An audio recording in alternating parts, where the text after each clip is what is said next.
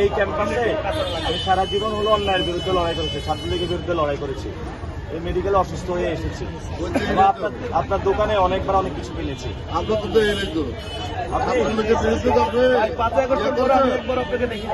আচ্ছা, আমি তাহলে ছাত্রলীগের বিরুদ্ধে আপনারা আন্দোলন করছেন, আমরা তো দেখি নাই আপনাদের। আমি তাহলে বলি, আপনারা 5ই আগস্টের পরে জনগণ এক হইয়া যখন আমরা স্বৈরাচারের বিরুদ্ধে আমরা আন্দোলন করি তখন আপনারা ছিলেন। দোকানে থাকে, জি জি, আপনি এখানে থাকেন, আপনার বাসা কোন জায়গায়? আমি এখানকার বড় স্থানীয়। আপনার বাড়ি কোন জায়গায়? আমার দেশের বাড়ি হবিগঞ্জ। এবার আপনারা শুনেন, আপনি এখানে দোকান নিচ্ছেন না? এই দোকান কিভাবে নেয় আমি জানি না, আমি যে ভার্সিটিতে ছিলাম। আচ্ছা, রাজু ভাস্কর্যে সীমান্ত হত্যার বিরুদ্ধে আমি 54 দিন বসেছিলাম শীতকালে। কেন জানেন? ভারতীয় আধিপত্যবাদের বিরুদ্ধে। আপনি জানেন এটার পরে আমার অপারেশন করা হয়েছিল, আপনি জানেন? শুনেন, তারপরে হলো এই যে ডিসি আগে ছিল, আওয়ামী লীগের অনেকগুলো নিয়োগ দিয়েছিল। শেষ করি, আমি শেষ করি। আপনি বললে 10 মিনিট যাবে, আপনি শুনে শেষ করতে পারবেন না। 2 টাকার বিএনপির ভোটের জন্য যদি এরকম করেন, শুনেন শুনেন, আমি শেষ করি। আমি এই ব্যবসা করি, আমরা এই ভার্সিটিতে ছিলাম।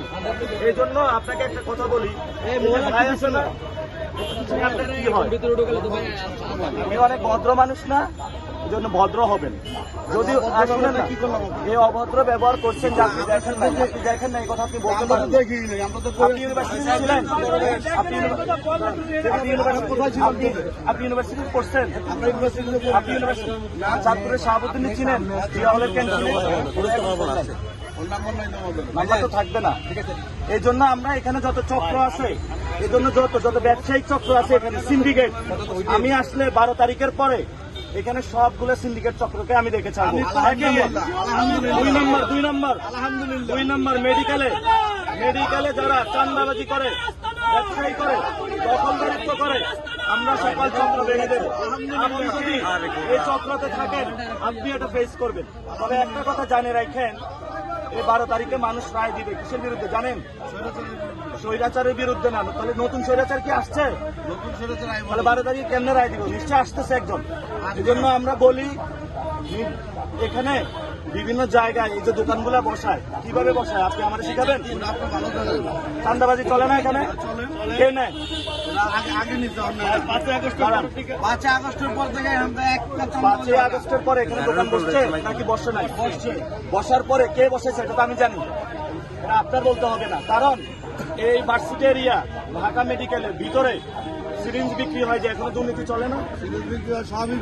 সবই তো দুর্নীতি চলে। রুগীর স্ট্রেচার যখন ধরা হয়, তখন স্ট্রেচার ধরতে কত টাকা করে লাগে? এই টাকা কে নেয়? চক্র চালায় না? এটা কর্তৃপক্ষ জিজ্ঞেস করুন। আপনি দাঁড়ান, শেষ করি, দেশের পরিবর্তন করবো আমরা ইনশাল্লাহ।